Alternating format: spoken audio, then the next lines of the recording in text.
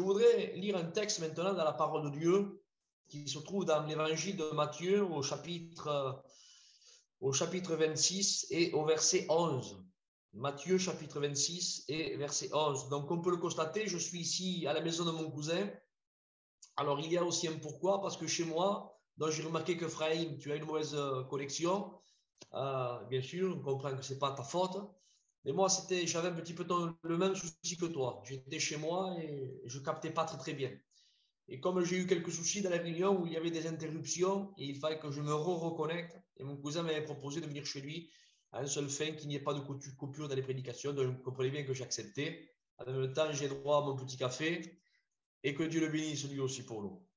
Voilà, je fais cette lecture avec vous, Matthieu chapitre 26, verset 11. Écoutez ce que dit la parole. Jésus, c'est un texte qui est court, mais qui est merveilleux. Matthieu 26, 11.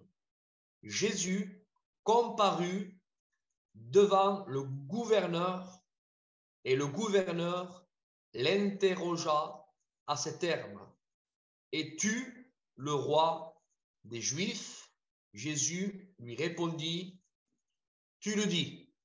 Amen. Je refais cette lecture, écoutez s'il vous plaît.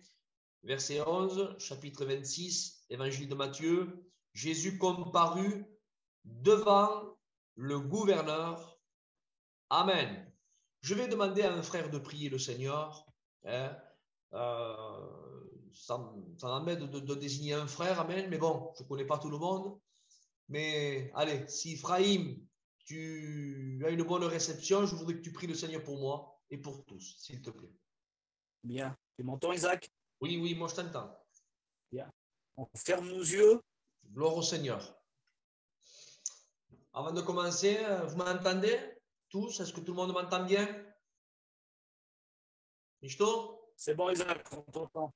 Gloire à Dieu. C'est bon. Gloire à Dieu. Je voudrais vous parler de la double nature de Jésus. Je voudrais commencer avec cette nature qu'il avait revêtue. J'ai marqué ça comme ça, j'ai marqué sur mes feuillets, regardons l'homme Jésus. Alléluia.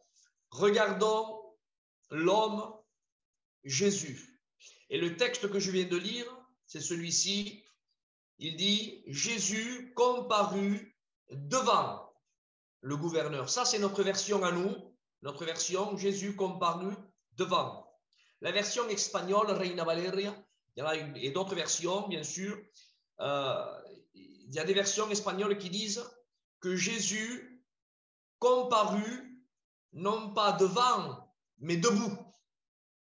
Jésus comparut debout devant le gouverneur Pilate.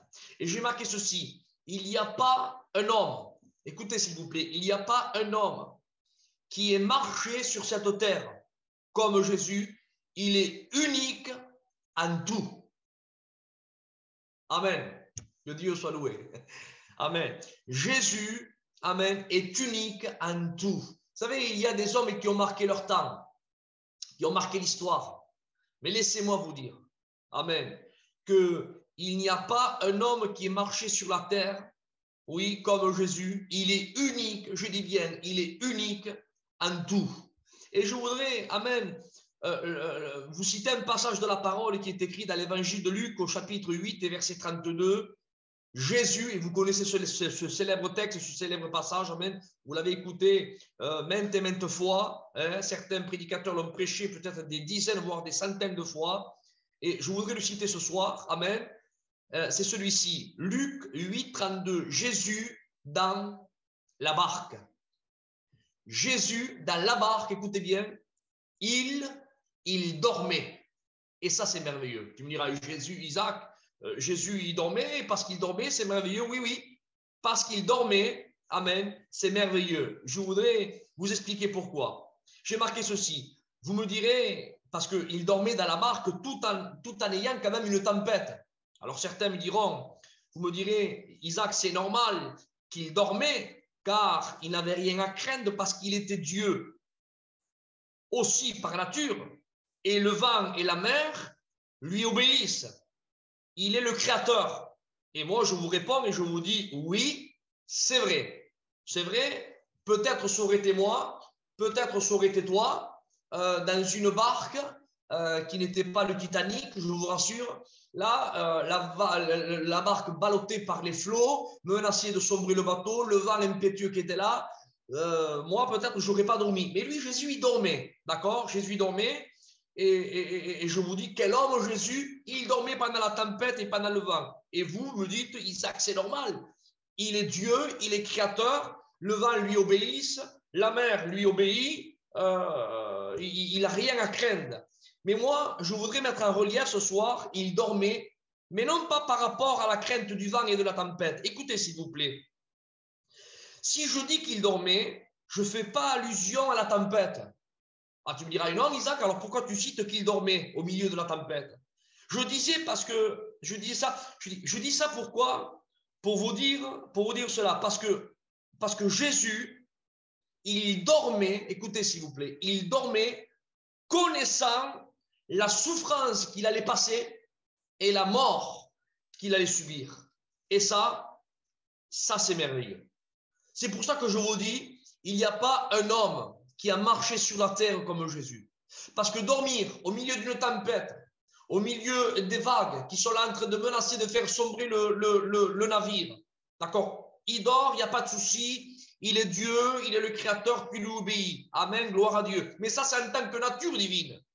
Mais maintenant, dormir sur ses deux oreilles, retenez s'il vous plaît, dormir sur ses deux oreilles, là, sachant, je dis bien sachant, toute la souffrance qu'il allait endurer et par quelle mort il fallait qu'il passe, dormir sachant la souffrance qu'il allait endurer, ça, c'est pas donné à tout le monde, frères et sœurs. Est-ce que vous comprenez ce que je veux dire? Parce que, vous savez, il y a des grands hommes de Dieu qui ont souffert, mais ils ont découvert la souffrance. Est-ce que vous comprenez ça? Mais maintenant, quand on connaît le jour de notre souffrance et quand on connaît la mort, par quelle mort on va passer, et quand on connaît le jour, la date et le moment quand cela va arriver, je vous promets que je ne sais pas si vous arriverez bien à dormir, mais je sais, amen, que Jésus, lui, le texte dit, il dormait. Gloire à Dieu. Alléluia. Il y a un témoignage que j'ai marqué ici, comme quoi, pour vous prouver, comme quoi, quand on connaît le jour de sa mort, on ne peut pas être tranquille. Humainement parlant, je dis bien humainement parlant, c'est mission impossible. Il y avait un jour un prisonnier qui était condamné à mort aux États-Unis. Et selon l'histoire, il était destiné à la chaise électrique. Et on ne lui avait pas donné de date. Donc, bien sûr, ce prisonnier était anxieux, il ne savait pas quand est-ce la mort allait frapper, il ne savait pas si c'était aujourd'hui, demain. Et à un certain moment, on est venu vers lui et on lui a dit, voilà, tu seras exécuté tel jour, de tel mois, et on viendra te rechercher à telle heure. Eh bien, croyez-moi, selon l'histoire, c'est une histoire réelle, quand les jours, il manquait que 2 ou 3 jours avant son exécution et il n'arrivait plus à dormir. Il dit que les docteurs ont examiné parce qu'il lui arrivait un phénomène extraordinaire.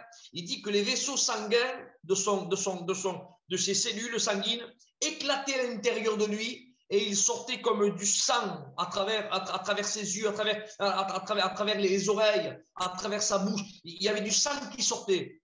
Pourquoi? Tellement qu'il était anxieux, parce que la mort, il s'approchait du jour de son exécution. Il ne pouvait pas dormir. Et moi je dis, amen, il n'y a pas un homme qui a foulé cette terre comme notre vaillant héros, et un frère qui l'a dit dans sa prière, je crois que c'est Ephraïm, comme notre vaillant héros, le Christ. Il est unique.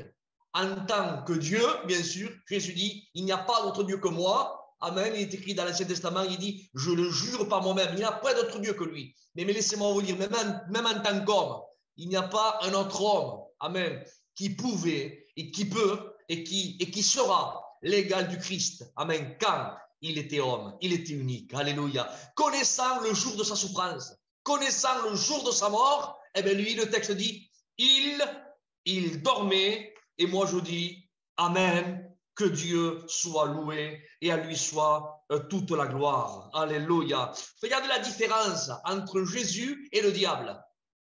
Tu me diras, Isaac, c'est une différence énorme, mais c'est un détail. Je sais bien que vous savez, je fais seulement que répéter ce que vous savez. Pour vous dire la différence qu'il y a entre notre vaillant héros, Christ, je dis bien en tant qu'homme, hein, en tant qu'homme, parce qu'en tant que Dieu, vous imaginez la différence qu'il y a. Hein, il est la vérité, le diable, c'est le père du mensonge. Il est lumière, il est ténèbres.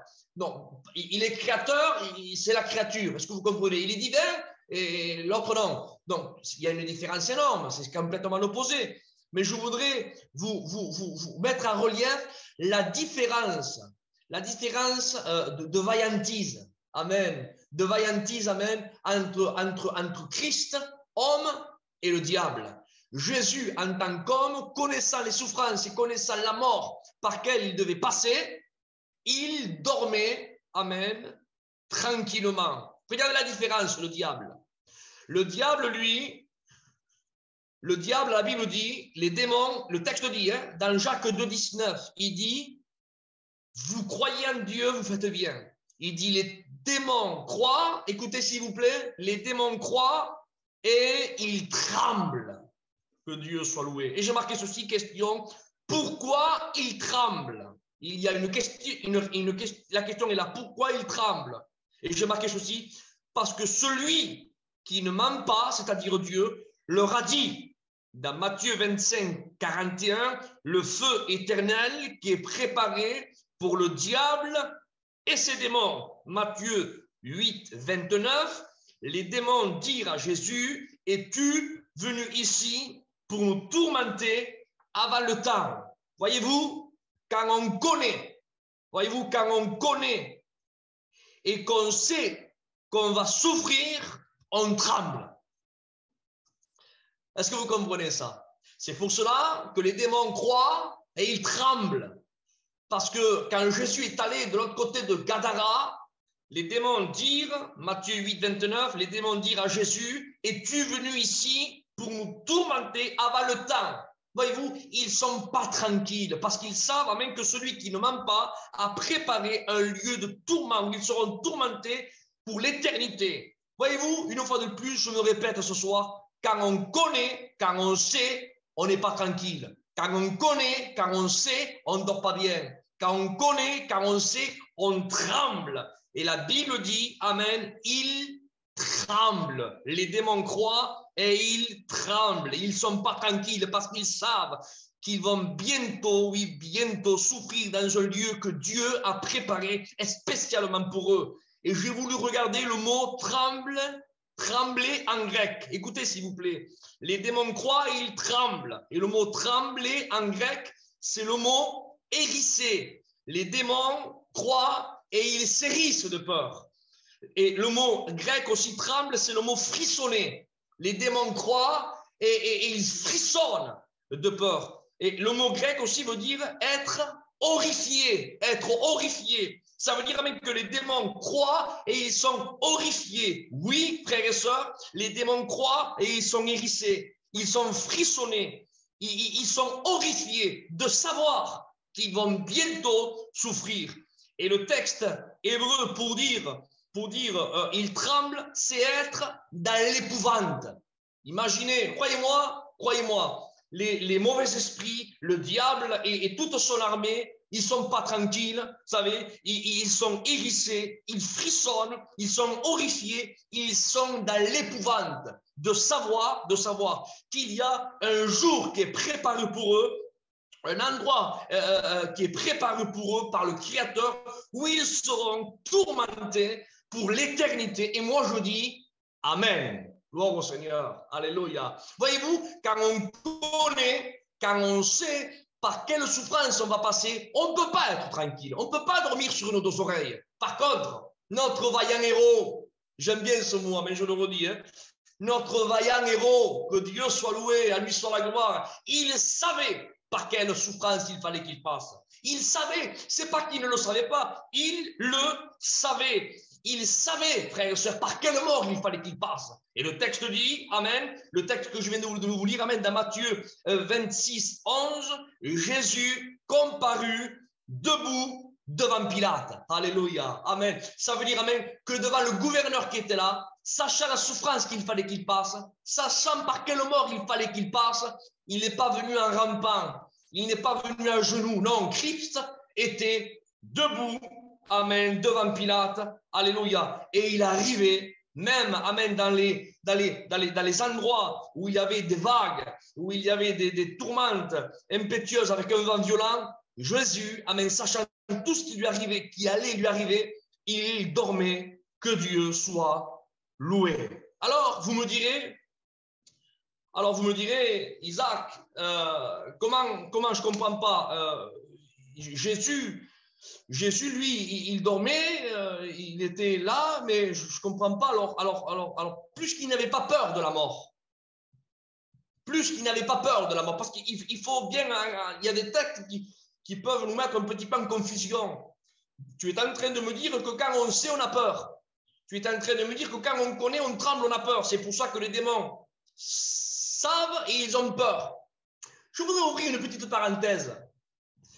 Vous savez, quand on sait que celui qui fait la promesse ne ment pas, vous savez, il y a des personnes qui font des promesses et on se dit, bon, peut-être ça n'arrivera pas. Mais quand on sait que celui qui fait la promesse, il la tient, c'est là où il y a le problème. C'est pour cela que les démons croient et ils savent que celui qui a fait la promesse, amen, qui va les jeter dans un lieu préparé pour l'éternité, là où ils souffriront la damnation éternellement, ils savent que celui qui l'a dit n'est pas un homme, il ne ment pas. Deux, il n'est pas le fils de l'homme, il ne se repent pas. Les démons croient, ils savent qu'il est la vérité, et comme ils savent qu'il est la vérité, ils savent que ce qu'il dit, il va le faire. C'est pour cela qu'ils sont ériffiés, ils tremblent, ils sont horrifiés, ils sont dans l'épouvante. Et je voudrais ouvrir une parenthèse.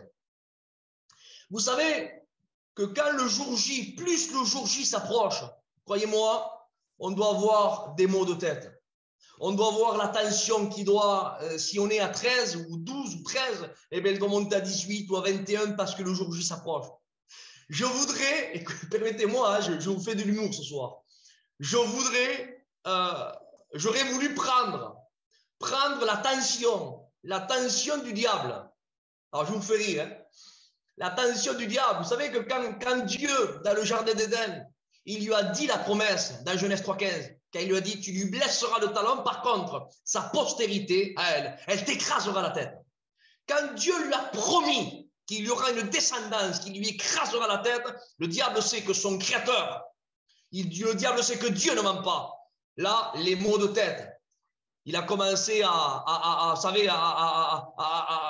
penser, à évaluer. Et chaque fois qu'il y avait un homme qui naissait, le diable devait se tracasser. C'est lui, c'est pas lui. C'est mon moment, c'est pas mon moment. Et les siècles devaient s'enclencher. Et il est sorti des grands hommes de Dieu, comme Ésaïe. C'est lui, c'est pas lui. Après, il y avait Daniel, c'est lui, c'est pas lui. Après, il y avait Ézéchiel, c'est lui, c'est pas lui. Est-ce que vous comprenez? C'est qu'il y avait des hommes qui marquaient leur temps, comme Élie, comme Jérémie, comme Osée, comme Abdias, tous ces grands hommes de Dieu. Le diable devait se dire, c'est lui, c'est pas lui, c'est lui, c'est pas lui. Est-ce que vous comprenez ça? Et à un certain moment, quand il a vu, amen, que celui qui devait venir, ça y est, la parole s'est faite chair, croyez-moi, son heure où sa tête allait être écrasée, allait y venir. Croyez-moi que plus il s'approchait des jours, croyez-moi que j'aurais voulu lui prendre l'attention. Et si le diable au jardin d'Éden, quand il a fait chuter le premier homme, il avait 12 de tension, je vous promets que avant le Golgotha, donc j'en fais pas une doctrine, hein, c'est de l'humour, hein, je donne des ailes à mon imagination, mais si j'aurais pu prendre la pulsation au diable, sûrement qu'il devait être en hypertension, parce qu'il savait que la prophétie de Genèse 3,15, amen, allait bientôt s'accomplir au Golgotha, et que Dieu soit glorifié. À lui soit toute la gloire. Amen. Alors, certains me diront, Isaac, alors Jésus connaissait le jour, oui, il connaissait sa souffrance. Et en plus, ce n'était pas une souffrance, vous savez, avec quelqu'un, pardon, Seigneur, de dire ça, je demande pardon à mon Dieu, un petit coup de poing et ça y est, c'était pas ça. Non, c'était pas ça.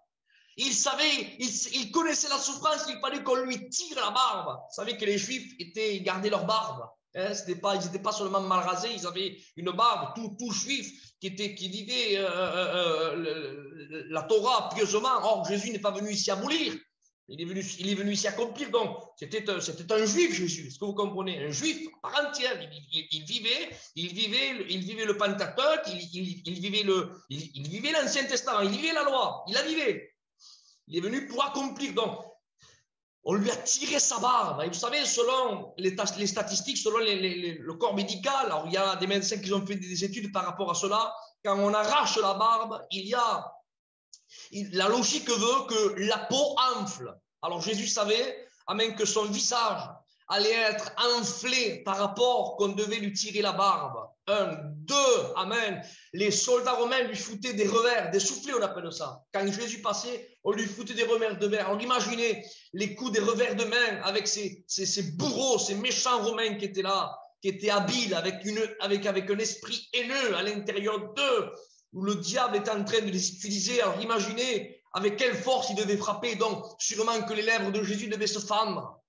Alors imaginez, Jésus savait tout ça. Il savait même qu'il fallait qu'il reçoive des coups de poing dans la tête, dans le visage. Sûrement que Jésus devait avoir des yeux au beurre noir. Sûrement que ses joues devaient être enflées. En plus de cela, la Bible dit que Pilate le fit flageoler de verge. Alors il a reçu dans son dos, et le psaume va prophétiser, va imager la souffrance du Christ à un tel point qu'il va dire, ils ont labouré mon dos. Jésus savait que son dos allait être déchiqueté. Pesez bien mes mots, s'il vous plaît. Déchiqueté. Le texte dit, on pouvait compter mes os. Ça veut dire même que sa peau était tellement déchirée qu'on pouvait voir visuellement, on pouvait voir les os de Jésus. Christ savait, amen, qu'il allait subir toute cette souffrance-là. Après, Christ savait qu'on allait lui enfoncer une couronne d'épines, avec des épines mesurant entre 3, 4 et voire 7 cm de longueur, ça dépend l'épine que c'était. Et après, on frappait avec un roseau sur sa tête et les épines s'enfonçaient dans sa tête. C'est quelque chose d'horrible, la douleur. En plus de cela, on a commencé à prendre ses mains, à clouer son bras gauche, à clouer son bras droit. Vous savez, alors je ne suis pas un expert dans la matière, mais à l'endroit là où on a passé le clou à la main du Christ, il y a seulement qu'un endroit. Et pour mettre le clou, pour ne pas briser ses os, parce que la prophétie disait, aucun de ses os était brisé. Par contre, à travers le poids de son corps, les os étaient disloqués. Les os se retiraient de leur chambre, si vous préférez. Ça se disloquait, ils se déjointaient par rapport. Ça, oui, c'est écrit dans la parole. Par contre, les os n'étaient pas brisés. Et pour que la prophétie s'accomplisse, pour pas que les os soient brisés, donc il y a seulement qu'un endroit, là où le clou peut passer dans la main. Et pour passer dans cet endroit-là, il y a un nerf, on appelle ça le nerf médian. Et c'est un nerf qui paralyse pratiquement tout le corps tellement qu'il est douloureux. Et pour passer dans cet endroit, il faut automatiquement briser, il faut impérativement sectionner le nerf médian. On l'appelle comme ça. Alors, le nerf médian gauche, il a été sectionné à travers le cou. Le nerf médian droit a été sectionné à travers l'autre cou. On a commencé à clouer ses deux pieds. Après, on a cloué, après, on l'a levé entre ciel et terre. Imaginez le poids du corps, quelle douleur. Après, on a pris une lance, on a transpercé son côté. Tout ça pour dire, tu me diras, Isaac, tout ça, Christ l'a subi, je le savais. Oui, mais je sais que tu le sais. Je te le répète. Mais comment est-il possible que Jésus, connaissant toute cette douleur qu'il allait subir, il arrivait à dormir tranquillement? Pour cela que je vous dis, frères et sœurs, amis, il n'y a pas comme Jésus. Il n'y a pas un homme qui a foulé la terre comme Jésus. Par contre, il ne faut pas qu'il y ait de confusion. Amen, je l'ai dit dans une prédication, et comme ça s'enclave dans ce thème-là, donc je le redis, ça ne m'embête pas de redire sans cesse les mêmes choses. Ça n'embêtait pas les hommes de Dieu, ça ne m'embête pas moi non plus. Et pour que ce soit clair dans les esprits de certaines personnes, mais vous me citerez peut-être ce célèbre passage de l'Épître aux Hébreux au chapitre 5, verset 7, où il est écrit, nous dit que Jésus, dans les jours de sa chair, a présenté avec de grands cris, avec des larmes, avec des prières et des supplications à celui qui pouvait le sauver de la mort. Or, tu me diras, Isaac, mais si Jésus n'avait pas peur de la mort, si Jésus n'avait pas peur des souffrances, pourquoi l'auteur aux Hébreux est en train de révéler une prière secrète de Jésus pendant les jours de sa chair, dit la Bible? Donc, pendant son humanité, il a prié à son Créateur, à son Dieu, à celui, oui, qui lui a créé le corps, parce que Jésus dit, Tu n'as voulu sacrifice ni holocauste, mais tu m'as formé un corps. Donc oui, le créateur de son corps, il s'est adressé à lui, à son Dieu, et tu me diras, eh bien, à lui, il s'est adressé avec des cris, avec des larmes, avec des supplications. Et le texte dit à celui qui pouvait le sauver de la mort. Donc Jésus avait peur des souffrances. Jésus avait peur de la mort, puisque le texte le dit. Mais laissez-moi vous dire que ce n'est pas comme ça. Jésus n'avait pas peur de la mort. Jésus n'avait pas peur d'aller à Jérusalem, parce qu'il savait qu'en allant à Jérusalem, il fallait qu'il souffre. Rappelez-vous ce célèbre passage où Pierre lui a dit « Ne va pas à Jérusalem ». Mais oui, parce que Jésus lui a dit « Il faut que le Fils de l'homme soit livré entre les mains des païens et que le fasse souffrir et qu'il meure ». Alors Pierre, entendant ces paroles, bien sûr, il a eu une pensée humaine, mais qui n'était pas la gloire de Dieu. Il lui a dit « Mais Rabbi, ne va pas à Jérusalem ». Et oui. Or, Jésus lui a dit, arrière de moi, Satan, car tes pensées ne sont pas les pensées de Dieu, mais celles des hommes. Et tout ça pour dire que, sachant, et donc il y est allé. Donc Jésus a affronté avec, en tant qu'homme, comme un vaillant homme, comme un vaillant héros. Est-ce que vous comprenez? Mais tout ça pour dire, amen, vous me direz, mais alors Isaac, pourquoi l'auteur aux Hébreux dit que Jésus a présenté des cris, des larmes, des supplications à celui qui pouvait le sauver de la mort? Laissez-moi vous dire, amen, que Jésus était tellement un vaillant héros, était tellement un homme, alléluia, un homme, amen, qui lui a donné toute sa valeur et toute son importance à ce mot homme. Isaac, pourquoi tu dis qu'il lui a donné toute cette importance et toute cette valeur au mot homme? Pourquoi? Soulignez-le ça. Parce qu'aujourd'hui, chez nous, celui qui est un homme, c'est celui qui boit. Celui qui est un homme, c'est celui qui sait se battre. Celui qui est un homme, c'est celui qui arrive à boire deux bouteilles de whisky, reprendre son véhicule et rentrer chez lui sans faire aucun écart. Et on dit quel homme? Ça, c'est le diable a déformé le mot homme à son profit à lui. Mais quand vous lisez la Bible, le vrai sens du mot homme, amen, ce n'est pas celui qui se boit, ce n'est pas celui qui sait se battre, ce n'est pas celui qui arrive à boire 2 litres de whisky, qui rentre chez lui sans faire aucun écart avec son véhicule. C'est pas ça. Quand vous lisez la Bible, amen, le mot homme apparaît, amen, quand Dieu a créé Adam. Et Dieu créa l'homme à son image. Ça veut dire, amen, que le mot homme, amen, le vrai homme dans la parole, le vrai sens du mot homme dans la Bible, c'est celui, amen, qui ne pêche pas. C'est celui qui reflète l'image de Dieu. C'est celui qui reflète, amen, l'identité de Dieu. C'est celui, amen, qui ne s'agenouille pas devant le diable, ni devant le péché, ni devant le monde. C'est celui qui marche, amen, en sainteté de vie. C'est celui-là le vrai homme. Est-ce que vous comprenez? Et Jésus, amen, a été là avec donnant la vraie image, amen, de l'homme que Dieu avait créé. C'était l'homme, lui, Jésus homme. Et quand il était au jardin de Gethsémane, il va faire une prière que personne n'a entendue. Et comme personne l'a entendue, donc l'auteur aux Hébreux, révélé par le Saint-Esprit, le Saint-Esprit va lui révéler la prière secrète du jardin. Oui, les disciples n'ont pas pu écrire la prière. Parce que les disciples au jardin de Gethsémane, tous dormaient. Donc, comme tous dormaient, ils n'ont pas entendu la prière. Comme ils n'ont pas entendu la prière, ils n'ont pas pu l'écrire. Mais comme cette prière était tellement importante, pour vous prouver le vaillant héros homme que Jésus était, que le Saint-Esprit a permis, que le Saint-Esprit a voulu que cette prière, amen, oui, elle sorte, amen, de ce qui était occulte, qu'elle sorte, amen, oui, de ce qui était caché. Le Saint-Esprit a voulu que cette prière, amen, soit entendue, amen, de tous. Est-ce que vous comprenez? Et cette prière, c'est celle-ci. Jésus, dans les jours de sa chair, a présenté avec de grands cris, avec des larmes, des prières et des supplications à celui qui pouvait le sauver de la mort. Hébreux chapitre 5, verset 7. Alors vous me direz, Isaac, ce que tu as dit avec ce verset démolit tout ce que tu as dit. Non, frère et soeur, non. Isaac, tu nous as dit que Jésus n'avait pas peur de la mort. Tu nous as dit que Jésus n'avait pas peur des souffrances, qu'il dormait dans la poupe du bateau, qui n'avait pas peur de la mort, et connaissant le jour de sa mort. Et le texte dit qu'il a présenté avec des grands cris, des larmes et des supplications à celui qui pouvait le sauver de la mort. Non, ce texte ne démolit pas tout ce que je vous ai dit, bien au contraire. Ce texte approuve, comme quoi Jésus, il n'y a pas un homme comme lui.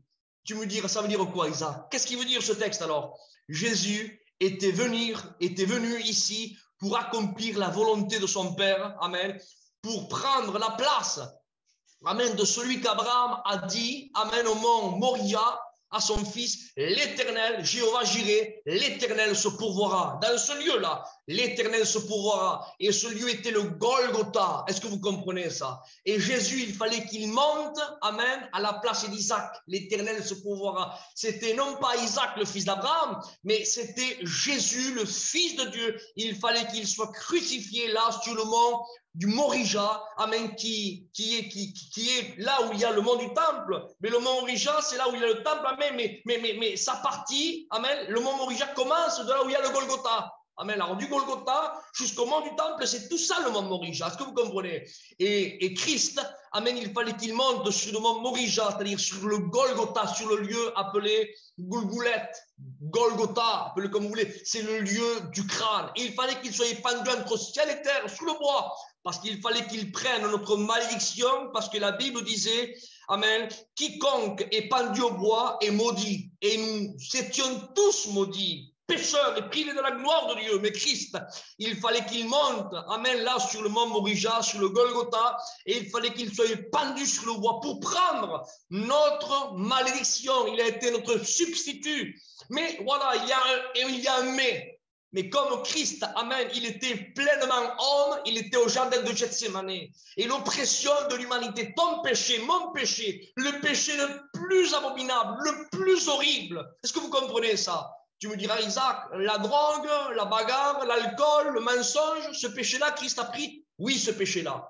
Mais une seconde, essaye de visualiser dans ton esprit le péché le plus abominable que tu pourrais imaginer. Et tu dirais, non, Isaac, je ne veux pas imaginer parce que ça, c'est horrible. Eh bien, ce péché-là, celui-là, eh bien, aussi Christ l'a pris sur lui quand il était au jardin de Gethsémane. Tous ces péchés, il les a pris sur lui. Et quand il était au jardin de Gethsémane, cette faible plante, parce que la faible plante même parle de l'humanité du Christ. C'est pour ça qu'Ésaïe 53 dira, qui a reconnu le bras de l'Éternel? Il s'est élevé comment? Comme une faible plante. Et la faible plante, il est question de l'humanité. Parce que David dit que la vie de l'homme est semblable à une fleur. Une fleur, donc, voyez-vous, la fleur, Ésaïe 53, qui a reconnu le bras de l'Éternel, il s'est élevé, mais comme une fleur, comme une plante. Et la fleur, la plante, est l'image de l'humanité du Christ. Donc, Christ, amen, il fallait qu'il écrase la tête du serpent, non pas avec son omnipotence de nature divine, mais avec la faiblesse, amen, de la nature humaine, avec cette plante. Est-ce que vous comprenez ça? C'était pas le rugissement du roi des rois qu'il fallait qu'il écrase le serpent ancien. C'était le bêlement de l'agneau. Ça, c'est l'image de l'humanité du Christ. Est-ce que vous comprenez? Et quand Christ était là, au jardin de Gethsémane, le poids de l'humanité tombait sur lui et cette faible plante n'arrivait pas à résister, tellement que l'oppression était grande. Regardez.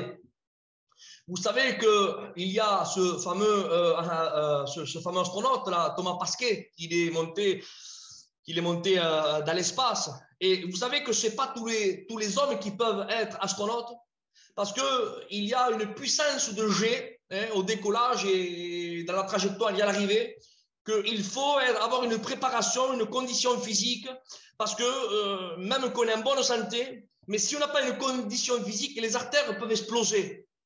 Et quand tous ceux qui font des plongées sous-marines, eh bien, il y a des personnes qui ne peuvent pas atteindre une certaine profondeur parce qu'il y a une puissance d'oppression que les artères, les vaisseaux explosent.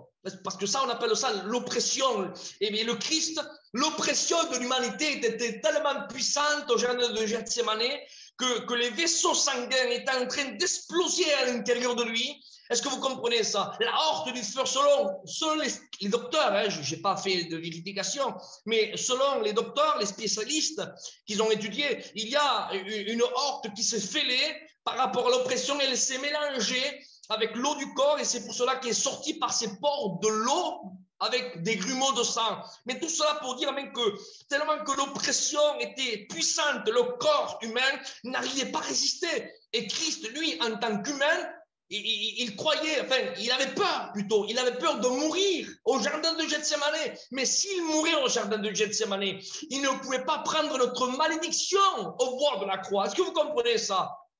Mais le but du Christ, amen, ce n'était pas de mourir au jardin, c'était de mourir au Golgotha. C'est pour cela que Christ, amen, je vous ai dit qu'il n'y a pas un homme qui ait marché sur la terre comme Jésus, parce que la prière des Hébreux au chapitre 5, verset 7, quand Jésus, il est écrit, amen, qu'il s'éloigna, amen, un peu plus de ses disciples et que ses disciples étaient là en train de dormir, il s'est jeté à genoux, selon l'évangile, amen, et il s'est mis là, il a prié, le texte dit plus estamment, c'est-à-dire avec beaucoup plus de ferveur. Et c'est là même où l'auteur aux Hébreux révèle cette prière.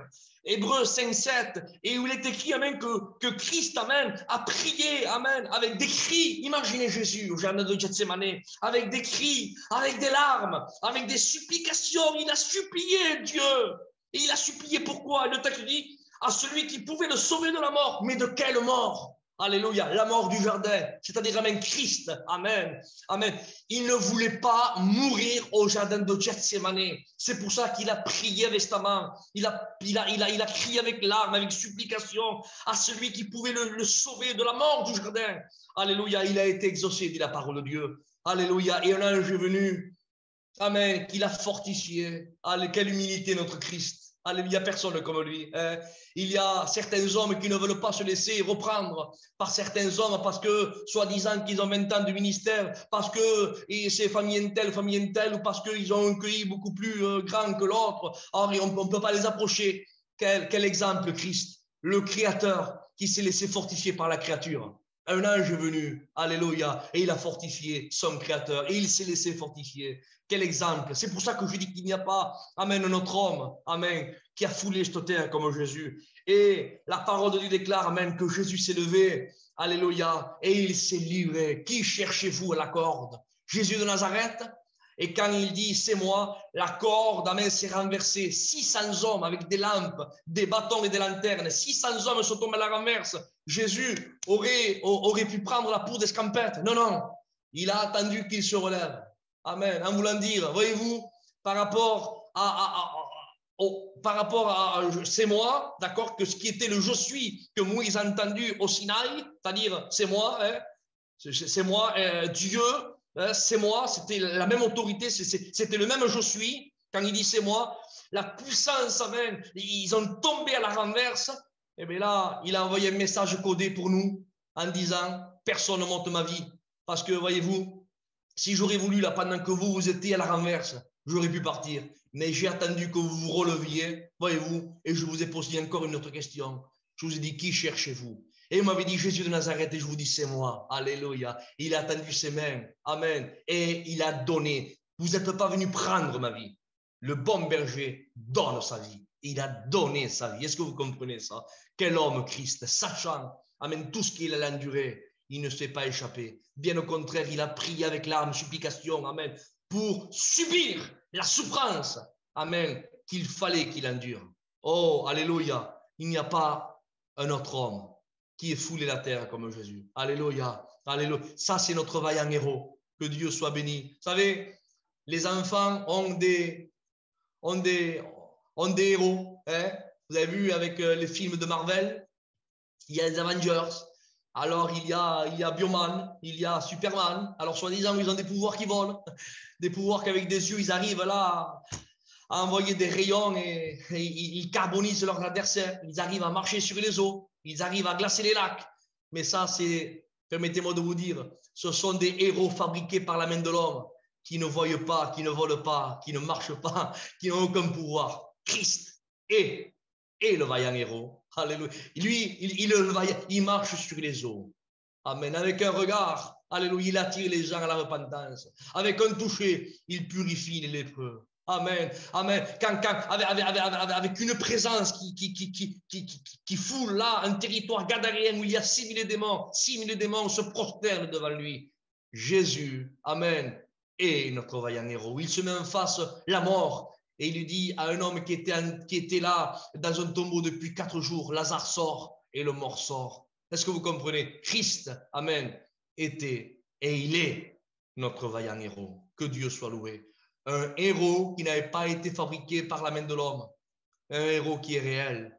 Un héros, amen, qui est ici, amen, pour nous sauver, pour prendre attention à nous, pour écouter, amen, nos supplications, pour intercéder à notre faveur. Amen. Oui, Christ, il a tout fait pour nous. Alors, alléluia, soyons fiers d'appartenir à ce vaillant héros. Soyons fiers, amen, Alléluia. Amen. Quand on se met à genoux, quand on prie Dieu, disons-lui, Seigneur, merci Seigneur, parce que personne ne t'a obligé à le faire. Tout ce que Christ a subi, tout ce que Christ a fait, personne ne lui a obligé à le faire. Vous savez, il n'avait pas l'épée Damoclès sur sa tête. Personne ne l'a obligé de le faire. Personne n'a pris par le col de la chemise en disant il faut que tu le fasses parce que sinon il y aura des répercussions. Non, non. Jésus a dit me voici, envoie-moi. Le bon berger donne sa vie. Car le Fils de l'homme est venu chercher et sauver ceux qui étaient perdus. C'est notre vaillant héros. Je ne sais pas le souci par quel tu passes. Je ne sais pas ton foyer par quel creuset il passe. Mais je sais quelque chose. Alléluia. Vous savez, Superman, vous savez, il avait, dans les films, vous savez, il a un ouïe particulier. Il arrive à entendre à travers les murs, il arrive à entendre des cris des enfants. Notre Seigneur, lui. Mais tout ça, c'est des bandes dessinées, c'est faux, c'est tiré par la main de l'homme, c'est faux, c'est factice, il n'y a rien de vrai. Est-ce que vous comprenez? C'est mensonge. Mais notre Seigneur, lui, amen, dans le ciel, il dit à Moïse, j'ai vu, j'ai entendu et je suis descendu. Jésus entend ta prière.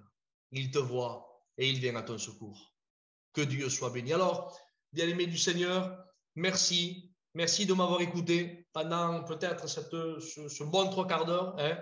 J'ai un défaut, un très gros défaut, c'est quand je prêche, je n'ai pas de montre. J'en ai une à mon poignet, mais je ne la regarde jamais.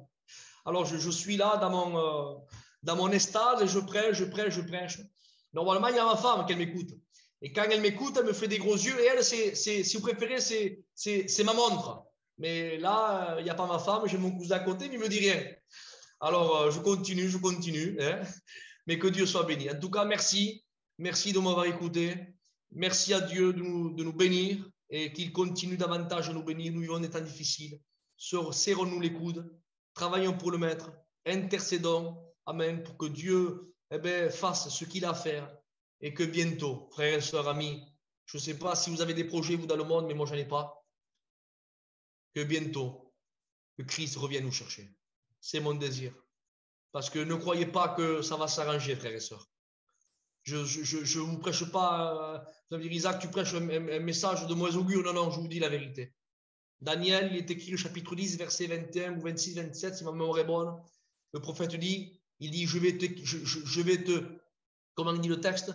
Il dit, je vais te dire ce qui est écrit dans le livre de la vérité.